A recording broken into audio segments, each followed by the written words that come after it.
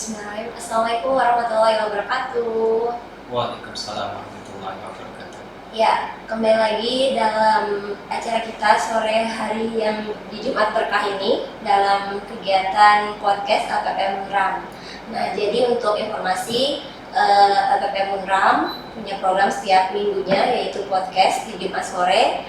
Dan pada kesempatan ini saya Sahasra Rahayu dan rekan saya Muhammad Hari, dan kita didatangi oleh pemateri ya atau tamu kita, yaitu dari salah satu mahasiswa Universitas Mataram. Halo. Ya, halo saya. Oke. Ya, nah jadi jangan saya yang memperkenalkan diri, mungkin nanti tamu kita ini yang akan memperkenalkan dirinya. Nah, sebelum kita mulai kegiatan, kita ada jargonnya sedikit. Nah, jadi jargonnya podcast APP Munram, inovasiku untuk negeri. Bisa? Bisa ya? Oke. 1, 2, 3. Podcast APP Munram, Inovasiku untuk negeri. Ya. Nah, dengan jargon ini maka kita mulai aja ya, karena udah penasaran. Langsung aja nih kita perkenalan diri kepada narasumber. Ya. Ayo, silakan perkenalkan diri. Sebelumnya saya ucapkan Assalamualaikum warahmatullahi wabarakatuh. Waalaikumsalam warahmatullahi wabarakatuh. Perkenalkan, nama saya Krisna Antaboga. Saya saat ini masih menjadi mahasiswa di Universitas Mataram, Fakultas Pertanian dengan prodi Agroekoteknologi. Oke, dipanggil siapa? Dipanggil Krisna. Oke, ya, jadi namanya Krisna ya. Jurusan Agroeko tadi ya? Iya. Oke, angkatan berapa? Angkatan 2019. 2019. Alamatnya ya? Saya beralamat di Desa Girisasa, Kecamatan Kuripan, Kabupaten Lombok Barat. Oke, Kuripan ya, Lombok Barat. Nah, jadi untuk informasi juga bahwa Krisna dan tim adalah salah satu kelompok KKN yang mengikuti pameran produk KKN di periode Juni 2022 ini. Nah, mungkin untuk perkenalan nih dulu atau sebelumnya, Krisna KKN-nya di mana sih gitu? KKN saya ada di Sembalun Bumbung. Oh, Sembalun Bumbung. Ya, paling atas di pinggir Gunung Rinjani. Oh, berarti dari atas gunung ke bawah Kuripan sekarang ya. Benar. Ya, jadi itu ya, Krisna dan tim adalah tim KKN yang berada di lokasi Sembalun Bumbung. Ini temanya apa kemarin? Kemarin kami dapat tema itu Rumah Pangan Lestari. Tapi sebenarnya masalah utama di Desa Sembalun Bumbung itu ya masalah sampah. Sampah. Ya. Oke, berarti temanya adalah RPL ya, Rumah Iya. Pangan Lestari. Nah, jadi tapi pada kesempatan ini Krisna tidak menampilkan tentang RPL-nya, tapi tentang produk inovasi yang Krisna pamerkan pada saat pameran produk. Nah, jadi untuk informasi juga bahwa Krisna dan tim merupakan pemenang 3 besar. Mungkin belum diinfokan ya? Ya, belum. Oh, belum diinfokan. Jadi kami sudah menginformasikan dulu. Jadi tamu-tamu yang kami undang di sini adalah tim KKN yang lolos 3 besar dari pameran produk. Jadi produk yang Krisna dan tim buat ini salah satu yang cukup unggul gitu dalam periode KKN tahun ini. Nah, kira-kira boleh dong Krisna jelasin produk apa sih yang dipamerkan kemarin? Nah, produk kami yang saya pamerkan kemarin, yang pertama ya sesuai dengan tema kami, yaitu Rumah Pangan Lestari ya. Tentu program kami, jadi kami ngadain program di sana yaitu rumah jamur. Jadi kami ada beberapa produk yaitu sate jamur, itu kami pamerkan dan alhamdulillah itu juga dapat penjualan kemarin pas pameran. Dan yang kedua, diangkat dari masalah utama Desa Sembalun Bumbung, yakni bunga sampah lestari ini. Ya, bunga sampah ini ya ini 100% dari sampah ya, itu kita tampilkan dan alhamdulillah ada juga dapat penjualan kemarin dari pameran. Oke, ya jadi 2 produk ya yang Ya, diciptakan, ya, 2 produk. jamur, sate jamur, Ya, sama ini bunga sampah atau apa nama brandingnya nih, bunga sampah? bunga anorganik. Bunga anorganik, berarti 100% bahan bakunya dari sampah Ya, anorganik. ya, tapi kalau dalam branding kan kalau kita mengatakan itu bunga sampah, nah itu kita sampaikan kepada customer ternyata itu terdengar seperti menjijikan dan kurang meyakinkan gitu untuk benda yang estetik. Benar. Ya, jadi saya mengatakan ini sebagai bunga anorganik. Oke, nah mungkin karena yang dibawa saat ini adalah bunga anorganik ya. Jadi kita fokus pada produk ini. Kira-kira nih, apa sih awal mulanya terpikirkan dari Krisna dan tim untuk menciptakan sampah itu menjadi bunga anorganik? Nah, semulanya ya dari segi usaha. Dari segi usaha ya kita ingin sebagai anak muda kan kita ingin mandiri, ingin berusaha, dan kita di wilayah pedesaan yang tidak punya modal ya, kenapa kita tidak manfaatkan saja sampah nih. Nah, ada kemarin teman yang menawarkan terus untuk belajar membuat bunga sampah ini, ya menurut saya ini sangat menarik. Kenapa? Karena dalam prinsip usaha kan modalnya itu semakin bagus usaha itu semakin sedikit ya yang paling sedikit modalnya. Jadi ini modalnya dari sampah, tinggal kita pungut-pungut, nah kita sulap jadi barang sebagus ini, jadi bisa dijual seperti itu. Kalau dasar mulanya bisa bunga itu dasarnya dari mana? Atau idenya itu dari mana sih? Untuk penemu idenya ya, ide kenapa harus bunga itu ya itu berkenaan dengan guru saya, karena penciptanya ini buku sendiri bukan saya. Jadi ada tempat saya belajar. Nah, jadi di situ kami diajari untuk buat mengolah sampah dari bunga. Menurut saya ini menarik, bisa dijual. Nah, kenapa? Nah, dari situlah saya memunculkan usaha untuk membuat bunga ini. Kira-kira kalau pemikiran masyarakat yang mendukung untuk dibuatnya produk ini ada nggak? Mendukung seperti apa? Ini kan inisiasinya dari gurunya ya, gurunya. Tapi pada saat ingin menciptakan ini, kira-kira masyarakat dikaitkan gitu, kayak menanyakan kalau kita buat begini, masyarakat tertarik nggak? Gitu. Oh iya, kalau untuk masyarakat, ya saya punya foto bukti berupa foto bahwa antusiasme masyarakat itu di sekitar tempat saya usaha ya di galeri, alhamdulillah luar biasa sekali. Jangankan orang remaja, tapi anak kecil juga ikut membantu kami secara sukarela gitu. Karena ketika membuat bunga itu seperti sebuah hobi yang mereka lakukan. Benar-benar. Ya, sebuah hobi. Jadi mau dikasih uang atau tidak untuk buat ini, mereka tetap laksanakan. Benar-benar. Begitulah antusiasme mereka saat itu. Namun untuk sekarang ya, karena sekarang saya kondisinya sedang skripsi dan penelitian ya, jadi saya belum bisa menjalankan. Ya jalankan sedikit tapi semampu saya saja. Itu masyarakat di rumahnya atau di tempat KKN? Baik itu di tempat KKN juga kami mulai pada waktu itu, dan alhamdulillah kalau kita cari saat ini ada yang sudah bisa sedikit demi sedikit. Nah, ini juga ada yang sudah bisa membuat yang seperti ini. Untuk yang jenis lain mungkin ada yang belum. Oh iya, berarti perlahan ya dari yang sederhana itu sudah bisa gitu ya sekarang. Ya, benar. Oke. Ini kan kalau secara proses pastinya ada tahapan ya, dan nggak mungkin langsung buat jadi sebagus ini. Oh, iya. Nah, kira-kira nih bisa dong diceritain bagaimana proses pembuatannya, apakah ada hambatan atau berapa kali percobaan sampai bisa sempurna? Untuk saya sendiri, untuk menghasilkan yang seperti ini, ya sekali coba. Nah, saya juga kenapa sekali coba, saya heran kenapa saya bisa sebagus ini. Dari situlah saya muncul ide, ternyata saya ada sedikit kemampuan di bidang ini. Nah, jadi kenapa saya tidak melanjutkan dan mewujudkannya sebagai bentuk kemandirian untuk dalam hal ekonomi, dalam hal pekerjaan begitu.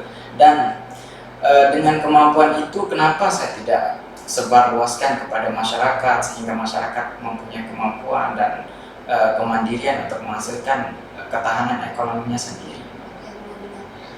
Berarti Krisna tahu ini sebelum KKN?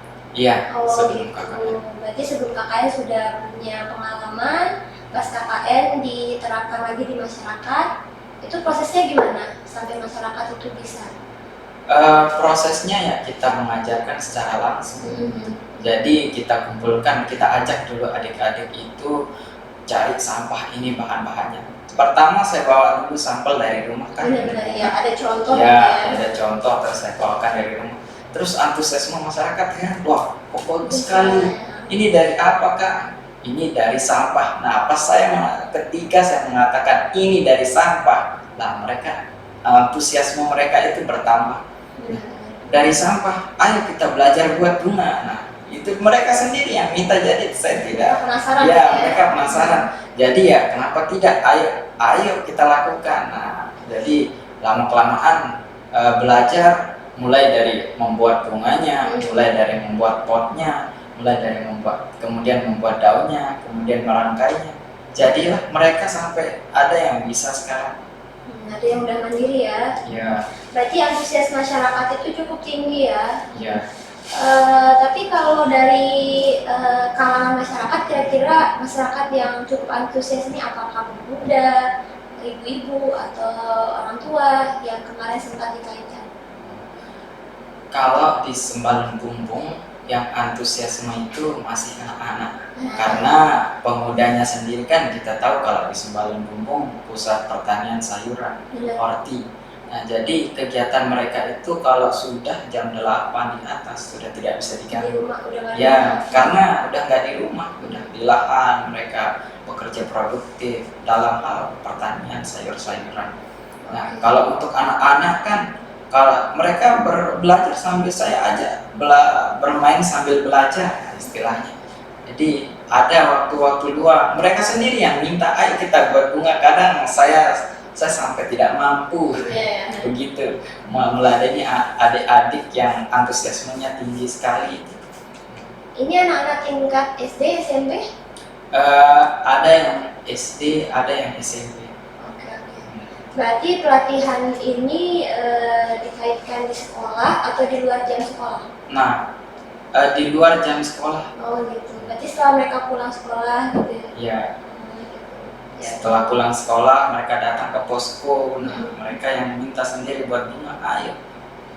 Oke. Nih pada kan Krisna udah apa ya, sebelum KKN kan sudah ada pengalaman. Tapi selama KKN berapa kali percobaan nih di masyarakat sampai dia bisa jadi? Kan kalau Krisna kan langsung sekali udah bisa. Kan kalau masyarakat kita nggak tahu gitu. Oh kalau masyarakat itu mencobanya bukan masalah, ada sih, ada berbagai macam ya, tergantung kemampuan masing-masing orang. Ada keadaan yang sekali coba itu langsung bisa sebab bagus hasilnya. Tapi ada juga yang mencoba mampunya sekarang dengan waktu dan kemampuan hanya tangkainya saja, hanya bunganya saja, hanya daunnya saja, kadang juga hanya potnya saja. Ya, bermacam-macam kemampuan masyarakat di sana. Ada juga yang belum bisa di hari itu, ketika pertama kali coba, ia tidak bisa sama sekali membuat bunga, dari segi membuat bunga, pot dan segala macamnya. Tergantung ini ya, kemampuan masing-masing ya. Oke. Iya, sebelum kita bahas tentang proses nih, kira-kira jenis produk bunga yang Krisna buat ini apa aja jenisnya atau variannya? Oh, varian produknya gitu. Yang pertama ya, ini ada bunga tulip ini. Oh, ini kapasitas kalau ini dijual berapa? Ini 15.000. 15.000, wah 15.000 udah sebagusnya itu cukup murah. Ya. Nah, yang jenis yang kedua itu ada yang sebelah sana. Oh, yang itu ya. Itu namanya bunga anggrek. Nah, terus ada jenis yang ketiga bunga mawar yang tidak mampu saya bawa. Itu yang besar ya, besaran lagi? Yang kecil seperti ini tapi bagus dan tingkat kerumitannya tinggi. Lebih rumit lagi gitu ya. Dan ada juga sebenarnya sekarang udah 10 jenis. Ada yang bunga maple yang setinggi 2 meter. Oh, berarti kalau 10 jenis itu Krisna apa enggak? Satu apa? Ini, dua itu. Nah, saya tidak hafal semua karena saya belum, ya gimana ya, karena saya nggak ada waktu untuk berproduksi karena banyak kegiatan ya. ya. Tapi kalau di masyarakat KKN kemarin yang dibantu latih itu bunga jenis apa? Ini? Bunga jenis ini saja. Oh ini aja ya, karena pertama ya, Iya. bertahap lah. Bertahap. Nah tadi kan udah jelasin jenis-jenisnya. Kira-kira kalau dari prosesnya bunga yang ukuran seperti ini jadi berapa lama? Kalau yang seperti ini ya bisa lah 2 jam untuk satu orang, kalau satu orang yang bekerja ya. 2 jam bisa jadi? Iya, 2 jam bisa jadi. Tapi kalau bekerja sama 2 atau 3 orang, ya mungkin bisa lebih cepat dari itu. Oh. Kadang dalam 2 jam itu bisa nyampe 5, sampai 6, sampai 7 produk. Bahkan bisa juga sampai 10 produk. Kalau bersama-sama ya? Ya, Itu kira-kira berapa orang tuh? Nah, kalau 1 jam 10 produk, ya kira-kira 5 orang bisa. 5 orang bisa ya? Kira-kira kalau kita fokus yang ini dulu ya, yang Iya. premium gitu. Kira-kira ini bahan bakunya apa? Oh, ini bahan bakunya yang pertama potnya ya dari bawah. Nah, Ini potnya dari cup pop mie. iya benar. Kita tahu kan cup pop mie itu sangat limbah yang tidak bisa diolah dan tidak Styrofoam ya? ya styrofoam itu tidak bisa diolah dan sangat mengganggu. Benar-benar. Nah, yang kedua ini di daunnya dari tikar styrofoam karpet. Oh gitu. Ya. Terus batangnya ini dari kabel antena yang digulung pakai plastik. Kabel antena. Ya, Oh, betul. oke. Dan bunganya ini dari botol milk white itu anak kecil, susu anak kecil. Kuat, iya Iya. benar. Ini warnanya warna awannya atau diwarnain lagi? Oh, tentu diwarnain. Oh, diwarnain lagi ya. Ya, diwarnainnya pakai pilok. Oh gitu. Oke. Oke, ini dulu. Untuk dalamnya kan kalau saya pegang berat nih. Ya, Ini berat. apa? Dalamnya ya sampah lagi. Ini modelnya ini eco brick. Oh Jadi gitu. eco brick, Sampah-sampah yang ya dibuang. sampah-sampah hasil. Jadi kita mengendalikan sampah, tidak membuat sampah baru yang lebih sulit diproduksi lagi. Oh iya. Ya. Jadi kita masukkan saja sampah-sampahnya, terus kalau sudah penuh segini misalkan kita tambah lagi dengan tanah supaya berat. Oh gitu. Karena kan ada nih yang di sini kan ditinggal kan suka gini-gini. Kayaknya pasir gitu. Apa ya, mungkin uang sih. Hadiah harta karun. Oke, ini ditutupin sama apa? Ini ditutupin pakai kardus. Kardus. Iya. Ini bukan disemenin ya? Semen. Iya. Tidak, bukan. Apa dong? Semen maksudnya di dalam. Enggak, bukan di dalamnya. Ini kan bercorak. Iya. Ini Oh, lapisin apa? coraknya maksudnya. Iya. Ini bukan semen atau bukan pasir, Mbak. Ini pop mie sendiri. Pop Iya, tapi mie-nya. corak yang begini. Nah, kenapa ini dicoret apa? ini kan pakai solderan itu. Nah, kita coret-coret seperti ini. Solderan namanya. Ya, Oh. ada juga bisa juga pakai besi panas yang kecil. Nah, kita coret seperti ini, maka akan terbentuk coretan-coretan nanti. Oh, ini intinya tetap bahan bakunya ini dari pop mie ya sampai Iya, akhir, pop mie. tapi ini dilunturin gitu ya, terus digaris-garisin gitu ya. Iya, digaris-garis. Kalau saya mikirnya itu semen terus digaris-garis. Seperti itu. Karena kan beku gitu. Ya. Oke, menarik. Yang ini aja saya masih belajar apa lagi gitu. Oke, jadi itu ya. Kira-kira nih, kan selama proses nggak selamanya kita berbicara tentang hasil atau keberhasilan. Kira-kira ada nggak kendala selama proses pembuatan? Oh, kalau kendala ya banyak sekali, terutama dari segi waktu. Nah, waktu saya menjalankannya sekaligus sebagai mahasiswa kan lumayan berat. Jadi waktu saya terbagi 2, satunya untuk mahasiswa, satunya untuk produk ini, usaha ini. Dan yang kedua dari segi teman-teman kita produksi juga, kita harus melatih mereka terlebih dahulu bagaimana supaya bisa. Nah, kadang-kadang kalau sudah bisa, mood mereka yang naik turun, itu Benar-benar. jadi masalah utama. Nah, kira-kira seperti itu. Oke. Nah, berarti dari teman-teman juga ya kendala. Iya. Oke. Nah, ini produksinya kan memang kalau sekarang menyesuaikan kondisi nih. Sebelumnya pada saat sering memproduksi dalam sekali produksi itu bisa jadi berapa produk? Oh, dalam sekali produksi. Nah, maksudnya ini ya saya perlu terangkan sedikit dalam ada namanya di institut kami itu pengadaan produk nama programnya. Oh, gitu. Misalkan saya umumkan kepada teman-teman kita produksi, kita akan ngadain produk 10 anggrek besar itu misalkan. Nah, dalam waktu 5 hari. Nah, jadi kami langsung 5 bekerja. hari itu intens gitu ya. Intens. Itu kembali ke pemesanan, nanti kan yang memesan Iya. menggunakan. Oke, berarti pemesannya itu beli ini itu harus pesan dulu. Bisa mesen, bisa diperiksa juga di galeri, tapi untuk pemeriksaannya karena bunga kami sekarang sedikit ya, jadi ya tidak bisa kami pasarkan secara luas. Karena untuk produksi ini kan butuh waktu, nah jadi kami tidak bisa terlalu berani menjanjikan. Karena kalau kita buka pemasaran semuanya itu bukannya tingkat pangsa pasarnya itu kecil, tapi kemampuan kami yang tidak menyesuaikan. Nah, misalkan ada sekarang orang pesan seperti itu. Kalau di kantor itu nggak main-main, sekali pesannya mungkin 1 pick up dia pesan. Nah, jadi kami kadang teman produksi baru 5 orang yang udah bisa gitu. Nah, sementara yang pesan itu berapa itu dalam 1 pick up itu mungkin bisa nyampe 10 ton seperti ini. Nah, jadi kan kami tidak bisa menjanjikan dalam waktu segini harus harus jadi produk yang segini jumlahnya. Oh ya, tadi cukup menarik ya, berarti bunga ini atau produk ini Krisna punya institut. Itu maksudnya apa? Atau perusahaan maksudnya. Kelompok usaha. Kelompok usaha. Oh, berarti udah dibangun kelompok usahanya. Iya. Itu anggotanya dari? Anggota dari masyarakat ada, dari mahasiswa ada, dari pemuda ada, dari ibu-ibu juga ada. Oh iya, yang di rumahnya Krisna. Iya. Oke. Apa nama kelompok usahanya nih? Krisna Jaya Lestari. Oh, Krisna Jaya Lestari, nama Krisna sendiri.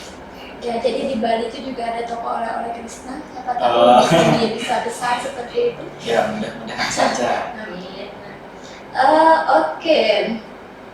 Nah, ini kan udah sempat diperjualbelikan ya? Iya, sempat. Ya. Kira-kira udah sejauh mana sih diperjualbelikan dan siapa aja pangsa pasarnya dan pernah dipasarkan kemana gitu?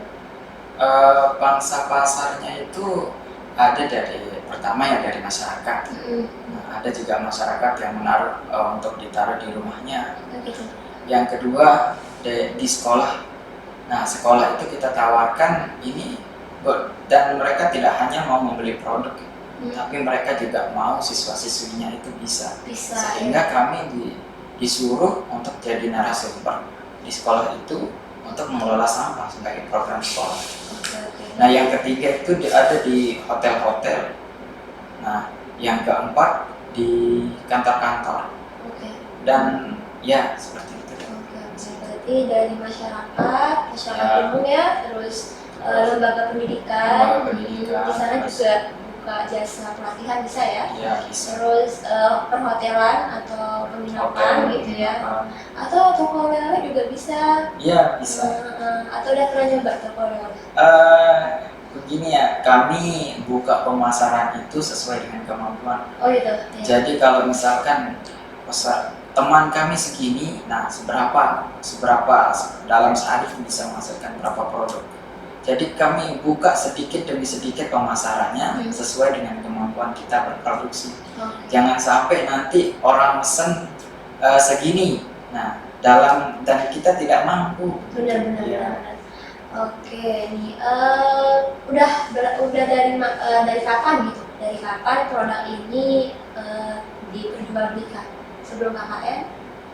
Iya, sebelum KKN. Tahun berapa? Dari tahun 2020. 2020, Iya. 2021 berarti udah setahun masuk 2 tahun ya? Iya. Oke. Berarti kalau modalnya nih di luar dari kegiatan KKN itu kan melanjutkan ya? Dari yang sudah sebelumnya dari 2020 Krisna bangun ini modalnya berapa?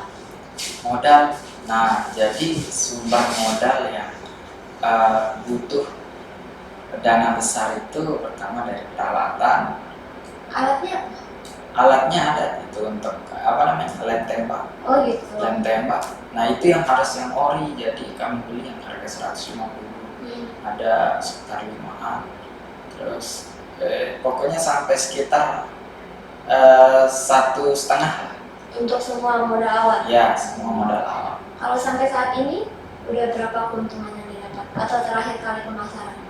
Terakhir kali pemasaran ada yang terakhir itu di desa di kantor desa Giri Selasa 650.000. Nah itu untungnya sebenarnya untungnya ada 500.000, dan sekarang bahan-bahan untuk berproduksi juga masih banyak. Masih banyak ya? Ya. Nah menarik nih, berarti secara tidak langsung atau tanpa kelompok KKN itu pun belum ada, ini sudah dibangun gitu ya? Iya. Nah kira-kira nih biar teman-teman yang nonton ini pada tahu, karena kan produknya udah bagus-bagus, kisaran harga per varian ini berapa? Oh, untuk harga tergantung ya dari ukuran sama dari tingkat kerumitannya. Kan yang paling mudah yang ini kan. Nah, jadi ini yang paling murah begitu. Ada juga yang seperti itu kan, ukurannya lebih besar dan lebih rumit juga. Jadi harganya lebih tinggi. Nah, untuk yang ini sendiri ada harganya ya saya bandrol harga 15.000. 15 ya. Sesuai dengan harga dengan kerumitannya. Kalau yang itu ya ukurannya besar, 175. Yang paling mahal?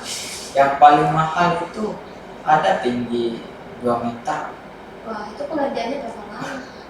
Nah, kalau yang itu ya kita kerjanya sama-sama, bisa nyampe 2 hari selesai. Untuk yang 3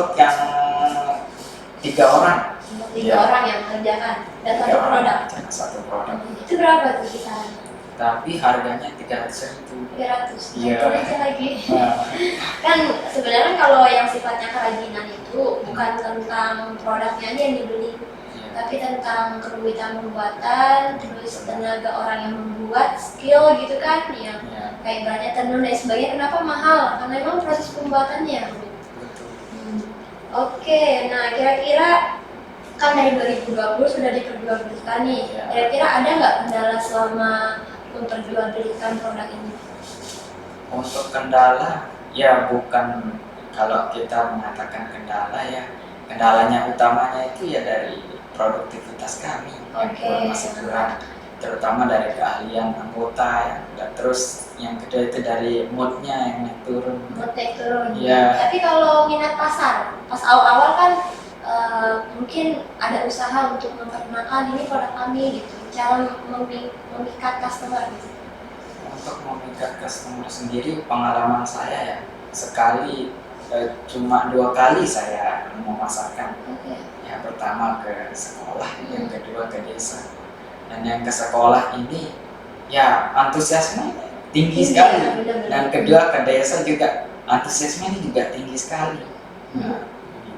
Oke, berarti karena memang kita mengangkat isu tentang sampah ya, dan di wilayah manapun sampah menjadi masalah kan, jadi dengan kita bilang ini produk dari sampah, semua minat gitu ya. Benar-benar. Oh iya, tadi kan dibilang Trisna ini udah punya kelompok usaha, udah punya bidang. Kira-kira tenaga bidang itu apa aja bidang-bidangnya? Untuk dari segi tenaga kerja ya, mereka itu sekecil apapun yang mereka kerjakan akan dapat bagian. Kayak seperti kan ini, meskipun ini dalam bentuk satu produk, ini belum tentu hasil satu orang. Kadang beberapa orang menghasilkan beberapa produk. Artinya dalam segi program yang sudah saya jelaskan tadi, ada yang membuat potnya saja, ada yang membuat bunganya saja, ada yang membuat daunnya saja, ada yang merangkai saja. Semakin tinggi keahlian mereka itu, kayak sudah pertama sudah bisa menggunting, nah kita sebut gunting yang buat daunnya yang paling gampang, sudah bisa buat bunga, ya kita kita suruh buat bunganya saja. Nah, sudah bisa buat pot, ayo buat pot, sudah bisa merangkai. Semakin tinggi keahliannya, semakin besar bagiannya, gitu ya. Jadi yang 15.000 satu produk ini dibagi lagi ini untuk ini. Jadi kan kalau misalkan satu orang dapat mengerjakan kadang dua bidang, ini bikin potnya sama buat daunnya. Jadi kan dalam satu produk 15.000 bagiannya seberapa persen kali sekian produk kan, sekian produk lumayan. Lumayan ya. Jadi sejauh ini udah berapa jumlah tenaga kerjanya? Ya sekarang sih untuk baru berkurang sekarang 2 orang karena saya memang belum bisa menjalankannya secara 100% ya, karena kan sudah saya jelaskan tadi bahwa sekarang kondisi saya sedang penelitian skripsi, jadi saya off dulu. Bahkan ada yang teman kita juga yang teman berproduksi sekarang ada yang jadi TKI gitu. Oke. Berarti ini sifatnya tidak mengikat secara tetap ya tenaga kerja itu. Jadi kalau ada pemesanan yang banyak dikumpulkan lagi gitu ya modalnya. Oke, benar. Nah ini kan bunga organik, bunga hias lah bahasanya ya. Kira-kira nih kalau memang sekarang kondisinya Krisna lagi skripsian, lagi penelitian, tapi kan nggak selamanya. Pastinya ini akan dilanjutkan lagi ya? Ya pasti. Nah kira-kira rencana ke depan nih, apa yang Krisna udah pikirkan untuk mengembangkan usahanya Krisna ini? Rencana ke depannya banyak sekali rencana ke depan saya, terutama dalam segi usaha, dari segi penjualan. Yang kedua dari segi pendidikan. Nah, kita bisa mendidik adik-adik kalau misalkan kita tawarkan ke sekolah-sekolah untuk dibuat menjadi ekstrakurikuler misalkan. Nah tentu itu kan akan meraup tenaga kerja yang lebih banyak. Misalkan dalam satu kecamatan yang SMP-nya aja kita raup, itu sudah berapa tenaga kerja. Jadi yang langkah pertama yang akan saya lakukan yaitu merekrut pemuda-pemuda di sekitaran saya yang bisa saya raup gitu untuk jadi tenaga kerja kami, kemudian bekerja di tempat-tempat yang sudah ditentukan nanti, entah itu di segi penjualan, di segi produksi, dalam segi pendidikan, pelatih. Oke. Sudah berpikir sejauh itu ya. Jadi kita perlu belajar dari Krisna bagaimana bekerja itu juga bermanfaat untuk yang lain ya. Menciptakan lapangan kerja. Oke, ini kan ini produk termasuk golongan dari tanaman hias atau bunga hias lah bahasanya. Nah kira-kira bagaimana nih rencananya Krisna? Karena kan kalau kita lihat bunga hias atau tanaman hias itu kan banyak ya jenisnya. Maksudnya tidak hanya produk ini. Kira-kira bagaimana caranya Krisna untuk bisa bersaing dengan produk yang serupa gitu? Nah ya, untuk produk serupa ya banyak sekali ya yang jual bunga itu. Dan produk mereka itu nggak main-main, kualitasnya bagus-bagus semua. Nah, untuk menanggapi hal itu ya tentu saja yang pertama kan kita kalau tergantung dari segi pemasaran. Ketika saya menyasar pasar dari segi kantor-kantor, nah dari segi kantor desa misalkan. Nah, pertama saya terlebih dahulu kemarin saya rekrut dulu beberapa penduduk desa di sekitar itu. Kemudian saya katakan ini produk penduduk Side di sini tinggal di daerah Side. Gimana? Ini hasil warga desa Side. Apakah Side? Terus saya tawarkan untuk dibeli. Nah, mereka antusias semua untuk membeli ini. Berarti dengan membawa kita memperkenalkan dulu bahwa ini adalah produk lokal dan secara tidak langsung lembaga di sana harus punya rasa moral lah untuk membeli gitu ya. Dan kedua juga kita harus inovasi terutama dari segi pengemasan. Ya. Selama ini kemasannya gimana? Kemasannya ada di foto aja belum saya. Tapi pakai plastik atau pakai apa itu kayak plastik permen itu ya. Gitu. Dipakai. Nah ini kan salah satu Krisna kan asli Lombok ya? Asli Lombok. Jadi kalau kita boleh bilang ini adalah salah satu produk ciptaan dari anak Lombok gitu ya. Iya, betul. Ya, benar sekali. Jadi kira-kira nih, apa sih harapan Krisna dengan membentuk atau membuat produk ini untuk sumbangsi NTB ke depan? Untuk tujuan sebenarnya saya ya untuk mengadakan tempatnya orang mendapatkan lapangan pekerjaan yang pertama. Nah, yang kedua untuk mengatasi masalah sampah itu sendiri. Jadi ketika kita mengatasi masalah sampah, kalau kita misalkan kita membakar kan itu udah sebenarnya efektif, tapi lebih efektif lagi ketika kita mengendalikan masalah untuk menyelesaikan masalah yang lain. Kan ini kita mengendalikan masalah sampah untuk menyelesaikan masalah lapangan pekerjaan gitu. Berarti dua masalah terselesaikan ya, Iya, dua masalah dan terselesaikan, lapangan pekerjaan, perekonomian. Jadi ini solusi untuk NTB ke depan. Oke, nah, di luar dari ini produknya Krisna kan sebelumnya Krisna sempat menerapkan di KKN. Iya. Kira-kira nih apa saran masukan dari Krisna dalam program KKN agar bisa menciptakan produk-produk yang bernilai jual seperti ini untuk kelompok-kelompok lainnya ke depan? Saran ya. Nah, kan biar ada Krisna-Krisna yang lain gitu di KKN ke depan, biar produknya tuh setelah KKN nggak hanya selesai, laporan udah kelar, hilang gitu. Kalau ini kan ada manfaat berkelanjutan. Oh iya, saya ngerti. Nah, jadi saran saya sebelum dimulainya program KKN ya, mahasiswa itu harus diberikan kemampuan dulu untuk melakukan sesuatu hal yang bermanfaat lah, entah itu sesuai dengan bidang mereka. Nah, kayak apa yang mereka bisa lakukan itu, misalkan membuat bunga dari sampah, oke, itu. Nah, kalau misalkan mereka belum punya kemampuan sama sekali, mereka dilatih mereka gitu, berikan pelatihan terlebih dahulu, baru terjunkan ke masyarakat. Benar-benar. Oke. Jadi itu ya saran yang cukup to the point. Jadi untuk mahasiswa-mahasiswa yang akan di KKN-kan ke depan, tidak hanya tentang ilmu akademisi aja ya bekalnya, tapi juga perlu skill yang bisa mereka gunakan untuk mengabdi nanti di masyarakat. Benar sekali. Oke, ya karena waktu sudah mau mendekati pukul 17 dan cukup seru ya perbincangan kita, banyak nilai-nilai positif yang Krisna sampaikan di sini dari berbagai pengalaman yang Krisna alami. Oke, mungkin itu saja. Mungkin ada kata-kata terakhir, bukan terakhir sih, jangan terakhir. Ininya kata-kata yang memotivasi nih agar generasi muda itu bisa berpikir seperti Krisna nih.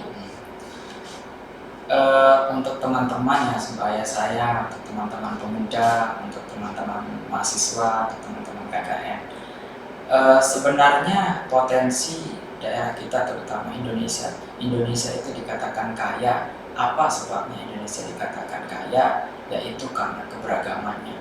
Nah, melalui keberagaman ini kita bisa mencari usaha-usaha kreatif yang menjunjung keberhasilan kita dalam hal kemandirian ekonomi dan keuangan dan ketenaga kerjaan. Contohnya dalam keragaman salah satunya ini keragaman sampah. Nah, ini bisa jadi usaha. Misalkan keragaman yang kedua, keragaman hama kita itu lebih beragam dari negara-negara lain, dan banyak hama kita bisa dimanfaatkan sebagai jadi makanan, jadi obat-obatan. Kenapa itu tidak kita manfaatkan? Nah, dan keragaman masih banyak lagi, keragaman dalam hal tumbuhan, hewan, hama, dan hayati, dan masih banyak lagi. Nah, jadi saran saya teman-teman, manfaatkan keragaman Indonesia untuk memajukan diri kita, memajukan orang sekitar kita, dan memajukan negara kita. Masya Allah. Jadi itu ya, mungkinnya adalah keberagaman itu adalah kekayaan sebenarnya, bukan suatu permasalahan yang harus didebatkan. Oke, ya terima kasih ya Krisna sudah mampir di podcast ini. Cukup menarik produk yang Krisna tampilkan dan cukup menarik dan sangat menarik gitu ya pengalaman yang Krisna sudah alami. Ya, mungkin hanya itu saja. Terima kasih Krisna sudah berkunjung ke sini. Mungkin kedepannya kita bisa bincang-bincang lagi ya, karena waktu sudah sore ya, jadi kita tutup saja podcast kita di sore hari ini dengan jargon dulu deh. Oke, kita jargon lagi ya. Podcast LPPM Unram, inovasi untuk negeri. Ya, terima kasih semuanya. Wassalamualaikum warahmatullahi wabarakatuh.